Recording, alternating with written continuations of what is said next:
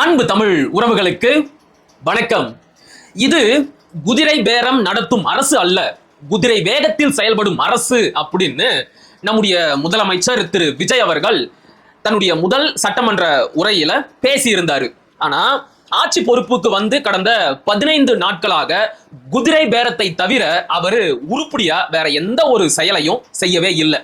நீங்களே செய்திகளை பார்த்திருப்பீங்க. நேற்றைக்கு அதிமுகவை சேர்ந்த 3 சட்டமன்ற உறுப்பினர்கள் தங்களுடைய எம்எல்ஏ பதவியை ராஜினாமா செய்துவிட்டு சட்டமன்றத்திற்குள்ளாகவே அமைச்சர் ஆதவ் அர்ஜுனாவை சந்தித்து தாவேகா கட்சியில இணைஞ்சிட்டாங்க. அவங்க யார் யார் அப்படின்னா, தாராபுரம் சட்டமன்ற உறுப்பினர் சத்யபாமா, பெருந்துறை சட்டமன்ற உறுப்பினர் ஜெயக்குமார், மதுராந்தகம் சட்டமன்ற உறுப்பினர் மரகதம் குமரவேல்.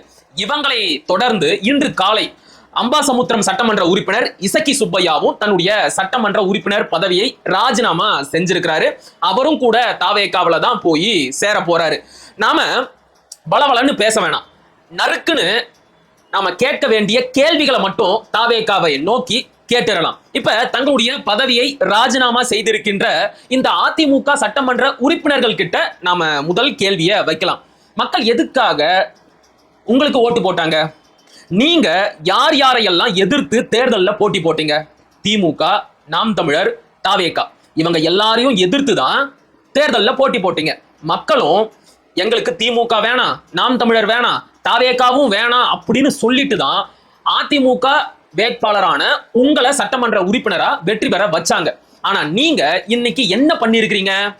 மக்கள் யார வேண்டாம் அப்படின்னு ஒதுக்கி வச்சாங்களோ, எந்த தாவேகா எங்களுக்கு தேவையில்லை அப்படின்னு சொல்லி உங்களை வெற்றி பெற வச்சாங்களோ அந்த தாவேகாவிலேயே போய் இணைஞ்சிருக்கிறீங்க. ஓட்டு போட்ட மக்களை எவ்வளவு துச்சமா மதிக்கிறீங்க?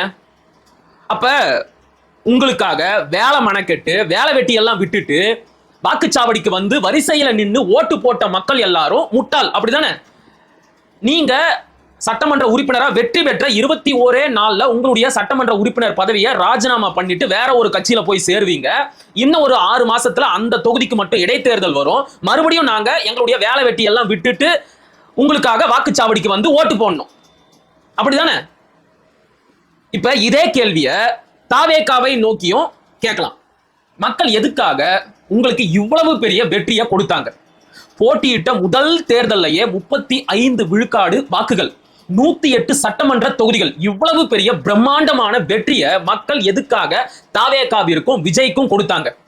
எங்களுக்கு திமுகவும் வேணாம், அதிமுகவும் வேணாம், புதுசா யாராவது வரட்டும், ஒரு நல்ல மாற்றம் வரட்டும் அப்படின்னு தான் விஜய்க்கு ஓட்டு போட்டாங்க. விஜய் ஒரு நல்ல மாற்றத்தை கொண்டு வருவாரு, ஊழல் லஞ்சம் லாவண்யம் இல்லாத ஆட்சியை நடத்துவாரு அப்படின்னு நம்பிதான் மக்கள் இவ்வளவு பெரிய வெற்றியை அவருக்கு கொடுத்தாங்க. ஆனா அவரு இப்ப என்ன செஞ்சுக்கிட்டு இருக்கிறாரு? எந்த அதிமுகவை ஊழல் சக்தி அப்படின்னு விமர்சனம் பண்ணாரோ அதே அதிமுகவில் இருந்து வருகின்ற முன்னாள் சட்டமன்ற உறுப்பினர்களை தன்னுடைய கட்சிக்குள்ள சேர்த்துக்கிட்டு இருக்கிறாரு. அப்ப அவரும் கூட மக்களை எவ்வளவு துச்சமா மதிக்கிறாரு பாருங்க. ஏங்க, எங்களுக்கு தான் இந்த அதிமுகவும் வேணாம் திமுகவும் வேணாம் அப்படின்னு சொல்லிட்டு உங்களுக்கு ஓட்டு போட்டு இருக்கிறோம். நீங்க என்னடா இன்னைக்கு அதிமுகவில் இருந்தோம் திமுகவில் இருந்தோம் ஆள் பிடிச்சுக்கிட்டு இருக்கிறீங்க. அப்ப ஓட்டு போட்ட மக்களை எல்லாம் பார்த்தா கேன பயலுக அப்படிங்கிற மாதிரி தெரியுதா? எந்த திமுகவை தீய சக்தி அப்படின்னு சொன்னீங்களோ அந்த தீய சக்தியின் துணையோடு, அந்த தீய சக்தியின் ஆதரவோடு தேர்தலில் போட்டி போட்டு வெற்றி பெற்ற விசிக, ஐயுஎம்எல், கம்யூனிஸ்ட் கட்சிகளோட ஆதரவுல ஆட்சி அமைக்கிறீங்க. இப்ப நீங்க மட்டும் எப்படி தூய சக்தியா இருப்பீங்க சொல்லுங்க? சரி, அதை கூட மன்னிச்சு விட்டுறலாம், பெரும்பான்மை கிடைக்கல, அதனால வேற வழி இல்லாம அவங்களோட ஆதரவுல ஆட்சி அமைச்சீங்க. ஆனா நீங்க சொன்னீங்க சார், அதிமுக என்பது ஊழல் சக்தி அப்படின்னு சொன்னீங்க, பாஜக என்னுடைய கொள்கை எதிரி அப்படின்னு சொன்னீங்க. நீங்க சொன்ன அந்த கொள்கை எதிரியான பாஜகவுடன் கூட்டணி வைத்து அவங்களோட ஆதரவுல வெற்றி பெற்ற ஊழல் சக்தி சட்டமன்ற உறுப்பினர்களான முன்னாள் அதிமுக சட்டமன்ற உறுப்பினர்களை மட்டும் எப்படி நீங்க உங்களுடைய கட்சியில சேர்க்கலாம்? சொல்லுங்க, இதுக்கெல்லாம் பதில் வேணுமா இல்லையா? நீங்க உங்க இஷ்டத்துக்கு எங்க இருந்து வேணும்னாலும் ஆளை பிடிச்சி போட்டுக்குவீங்க. கேட்டா இது குதிரை பேரம் இல்லை, குதிரை வேகத்தில் செயல்படும் அரசு அப்படின்னு சொல்லுவீங்க. இந்த கேள்வியெல்லாம் நாம மட்டும் கேட்கல. இன்றைக்கு தாவேகா ஆட்சி அமைப்பதற்கு தங்களுடைய ஆதரவை வழங்கிய காங்கிரஸ் கட்சியும் இதே கேள்வியை கேட்குது. காங்கிரஸ் கட்சியை சேர்ந்த ஸ்ரீநிதி இவங்க சிங்காநல்லூர் தொகுதியில வேட்பாளரா போட்டி போட்டவங்க. இவங்களும் இதே கேள்வியை கேட்கிறாங்க. பிரிவினைவாத சக்திகளோட ஆதரவுல வெற்றி பெற்ற அதிமுக சட்டமன்ற உறுப்பினர்களை நீங்க எப்படி இந்த கட்சிக்குள்ள சேர்க்கலாம் அப்படின்னு கேட்டு இருக்கிறாங்க. அதுக்கு காங்கிரஸ் கட்சியில இருந்த ஸ்ரீநிதிக்கு கண்டனங்கள் எழுந்திருக்கு. அவங்க என்ன சொல்றாங்க அப்படின்னா, எதுக்கு சும்மா நீங்க தாவேகாவை விமர்சனம் பண்றீங்க, கொள்கை கோட்பாடு அப்படின்னு எல்லாம் சொல்லி இது வரைக்கும் நீங்க என்ன சாதிச்சீங்க, கம்முன்னு கொடுக்கிற பதவிகளை வாங்கிட்டு அமைதியா இருங்க அப்படின்னு ஸ்ரீநிதிக்கு வாட்ஸ்அப்ல காங்கிரஸ் தலைவர்கள் செய்தி அனுப்புறாங்களாம். சோ இவங்க எல்லாருக்கும் பதவிதான் முக்கியம். நாம கேட்க வேண்டிய இன்னும் சில முக்கியமான கேள்விகள் இருக்கு. குறிப்பா தங்களுடைய பதவியை ராஜினாமா பண்ண இந்த அதிமுக சட்டமன்ற உறுப்பினர்களுக்கு தான் இந்த கேள்வி. எதுக்காக இந்த ராஜினாமா? இந்த கேள்வியை கேட்டதுக்கு அவங்க என்ன தெரியுமா சொன்னாங்க? எடப்பாடி பழனிசாமி திமுக கூட கூட்டணி வச்சு ஆட்சி அமைக்கிறதுக்கு முயற்சி பண்ணாரு, இதை எங்களால தாங்கிக்கவே முடியல. திமுக எங்களுடைய பரம்பரை எதிரி, எப்படி அவங்க கூட சேர்ந்து ஆட்சி அமைக்கிறதுக்கு இவர் ஒத்துக்கிட்டாரு, அதை பொறுத்து கொள்ள முடியாம தான் நாங்க எங்களுடைய பதவியை ராஜினாமா பண்ணிட்டோம் அப்படிங்கிறாங்க. அடடா அச்சரா, அவ்வளவு பெரிய கொள்கை குன்றுகளா நீங்க? அது உண்மையா இருந்தா ஒட்டுமொத்த அதிமுகவையும் ஊழல் சக்தி அப்படின்னு விமர்சனம் பண்ண விஜய் கூட மட்டும் எப்படி போய் சேர்ந்தீங்க? நான் கேட்கறது புரியுதா? விஜய் ஒன்னும் எடப்பாடி தலைமையிலான அதிமுக ஆட்சி ஊழல் ஆட்சி, அவர் தலைமையில் இருக்கின்ற அதிமுக கட்சி தான் ஊழல் சக்தி அப்படின்னு சொல்லல. ஒட்டுமொத்த அதிமுகவையும், எம்ஜிஆர் தலைமையில் இருந்த அதிமுகவையும், ஜெயலலிதா தலைமையில் இருந்த அதிமுகவையும், ஓபிஎஸ் ஆட்சி நடத்திய அதிமுகவையும், இன்றைக்கு இபிஎஸ் தலைமை ஏற்று இருக்கின்ற அதிமுகவையும் சேர்த்துதான் ஊழல் சக்தி அப்படின்னு ஒட்டுமொத்தமா குற்றச்சாட்டை முன் வச்சாரு. உங்களை ஊழல்வாதிகள் அப்படின்னு சொன்ன தலைவரோட கட்சியில இப்ப எப்படி நீங்க போய் சேர்றீங்க? சரி, அடுத்த கேள்வி. இன்னொரு பேட்டியில தன்னுடைய பதவியை ராஜினாமா செய்த மரகதம் குமரவேல் அப்படின்னு நினைக்கிறேன், அவங்க என்ன சொல்றாங்க அப்படின்னா, கடந்த 5 ஆண்டுகளா ஆளுங்கட்சியா இல்லாததுனால நாங்க எங்களுடைய தொகுதி மக்களுக்கு நல்லது செய்ய முடியல, அதனால தான் ஆளுங்கட்சியில போய் சேர்ந்து மறுபடியும் சட்டமன்ற தேர்தலில் போட்டி போட்டு வெற்றி பெற்று என்னுடைய தொகுதி மக்களுக்கு நல்லது செய்யலாம்னு நினைக்கிறேன் அப்படிங்கிறாங்க. அவ்வளோ நல்லவங்களா நீங்க? 2011 இருந்து 2021 வரைக்கும் அதிமுக தான் ஆளுங்கட்சி. அன்றைக்கும் அம்மா மரகதம் குமரவேல் சட்டமன்ற உறுப்பினரா இருந்தாங்கன்னு நினைக்கிறேன். மரகதம் குமரவேலும் எஸ்ஐகி சுப்பையாவும் சத்தியபாமாவும் ஏற்கனவே சட்டமன்ற உறுப்பினர்களா இருந்தவங்க தான். அப்ப அதிமுக ஆளுங்கட்சியாக இருந்த காலத்தில் நீங்க உங்களுடைய தொகுதி மக்களுக்கு செய்த நன்மை என்ன? உண்மையாகவே நீங்க மக்களுக்கு நல்லது செஞ்சிருந்தா எதுக்காக மக்கள் உங்களை தொடர்ந்து 2 முறை மோசமான முறையில தோற்கடிக்கணும்? அப்ப இந்த பசப்பு வார்த்தைகளை சொல்லி யாரையும் ஏமாற்ற வேணாம். உங்களுக்கு பதவி முக்கியம், அதிகாரம் முக்கியம். அந்த அதிகாரத்தை பயன்படுத்தி நீங்க பண்ற வசூல் வேட்டை முக்கியம். அதுக்காகத்தான் இப்ப தாவேகாவுல போய் சேர்ந்து இருக்கிறீங்க. மற்றபடி உங்களுக்கு எல்லாம் கொள்கை கோட்பாடு தத்துவம் எதுவுமே முக்கியம் கிடையாது. உங்களுக்கு ஓட்டு போட்ட மக்களை பத்தியும் துளி கூட கவலையே கிடையாது. சரி, இறுதியா நாம பார்க்க வேண்டிய சில செய்திகள். ஏன் இந்த குதிரை பேரம் இப்ப நடந்துகிட்டு இருக்கு? ரொம்ப சிம்பிள். தற்போது அமைந்திருக்கின்ற தாவேகா ஆட்சி என்பது ஒரு மைனாரிட்டி ஆட்சி. அவங்களுக்கு தனி மெஜாரிட்டி இல்ல. காங்கிரஸ், பிசிக, ஐயுஎம்எல், கம்யூனிஸ்ட் இவங்களோட ஆதரவுல தான் ஆட்சி நடந்துகிட்டு இருக்கு. இதுல காங்கிரஸ் சுத்தமா திமுகவோட கூட்டணியை துண்டிச்சுட்டு இந்த பக்கம் வந்துட்டாங்க.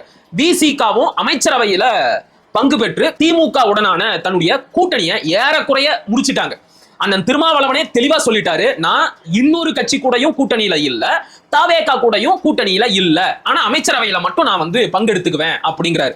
அடுத்தபடியாக ஐயுஎம்எல் அவங்களும் திமுக கூட்டணியை விட்டு வெளியே வந்து தாவேகாவோட அமைச்சரவையில பங்கெடுத்துக்கிட்டாங்க. கம்யூனிஸ்ட் கட்சிகள் அமைச்சரவையில பங்கெடுக்கல அப்படின்னாலும் இந்த ஆட்சிக்கு வெளியில இருந்து ஆதரவு கொடுத்துக்கிட்டு இருக்கிறாங்க. இந்த ஆட்சி எப்போது வேண்டுமானாலும் கவிழ்ந்து விடலாம். குறிப்பா கம்யூனிஸ்டுகள் எப்ப வேணும்னாலும் தங்களுடைய ஆதரவை பின்வாங்கிடுவாங்க. அப்படிப்பட்ட சூழல்ல இந்த ஆட்சி ஆட்டம் கண்டுடும்.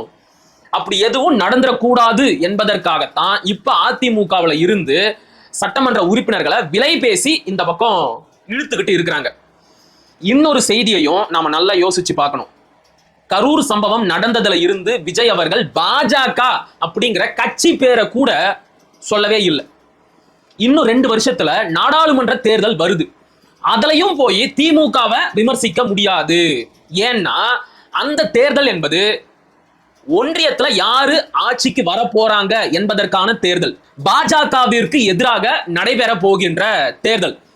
சோ அந்த தேர்தல்ல தன்னுடைய கொள்கை எதிரியான பாஜகவை விஜய் அவர்கள் விமர்சிப்பாரா?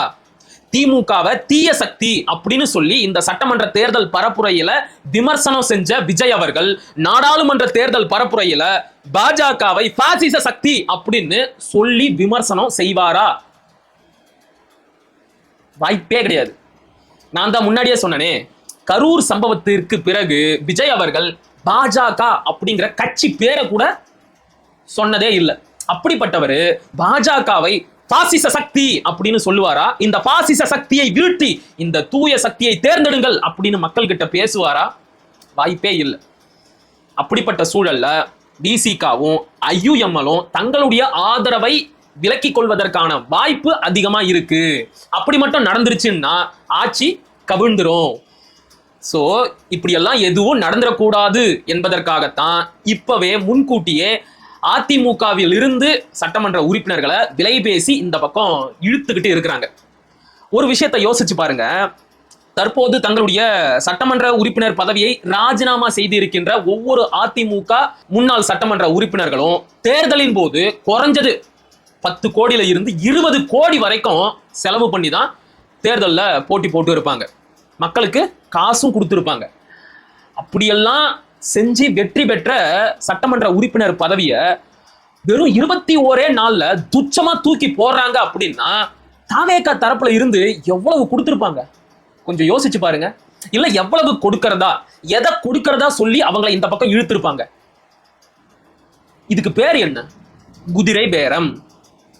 சோ மக்கள் நலன் ஆட்சி நடத்துறதை விட விஜயும் தாவேகாவும் குதிரை பேரம் நடத்துவதில் தான் குறியா இருக்கிறாங்க. காலியான சட்டமன்ற தொகுதிகளுக்கு இன்னும் கொஞ்ச நாள்ல இடைத்தேர்தல் நடக்க போகுது. அதுக்காக செலவிடப்பட போகின்ற மக்களோட வரி பணம் வேஸ்ட். இவங்க மக்களையும் மதிக்கல, மக்களோட வரி பணம் வீணாகுதே அப்படிங்கிறத பத்தியும் கவலைப்படலை. இவங்களுக்கு தேவையெல்லாம் பதவி, பணம், அதிகாரம், அவ்வளவுதான். பார்த்துக்கோங்க மக்களே, எப்படிப்பட்டவங்களை எல்லாம் சட்டமன்ற உறுப்பினராக தேர்ந்தெடுத்து வச்சிருக்கிறீங்க அப்படின்னு. உங்களுக்கு இது தேவைதான்? ஓட்டு போட்ட மக்கள் நீங்க தான் சிந்திக்கணும். நீங்க சிந்திச்சு ஓட்டு போடுற வரைக்கும் இங்க எதுவும் மாறாது. சரியா? மீண்டும் ஒரு காணொளியில் சந்திப்போம். அதுவரை இணைந்திருங்கள். இது உங்கள் நெற்றிக்கண். நான் உங்கள் அசோக்குமார் மகிழன். படிப்போம், பகிர்வோம், பயன்பெறுவோம், கற்போம், கற்பிப்போம், களமாடுவோம். தமிழ் வெல்க, தமிழர் வாழ்க, தமிழ்நாடு வளர்க, தமிழ் தேசியம் மலர்க, மலர்க, மலர்க. நன்றி, வணக்கம்.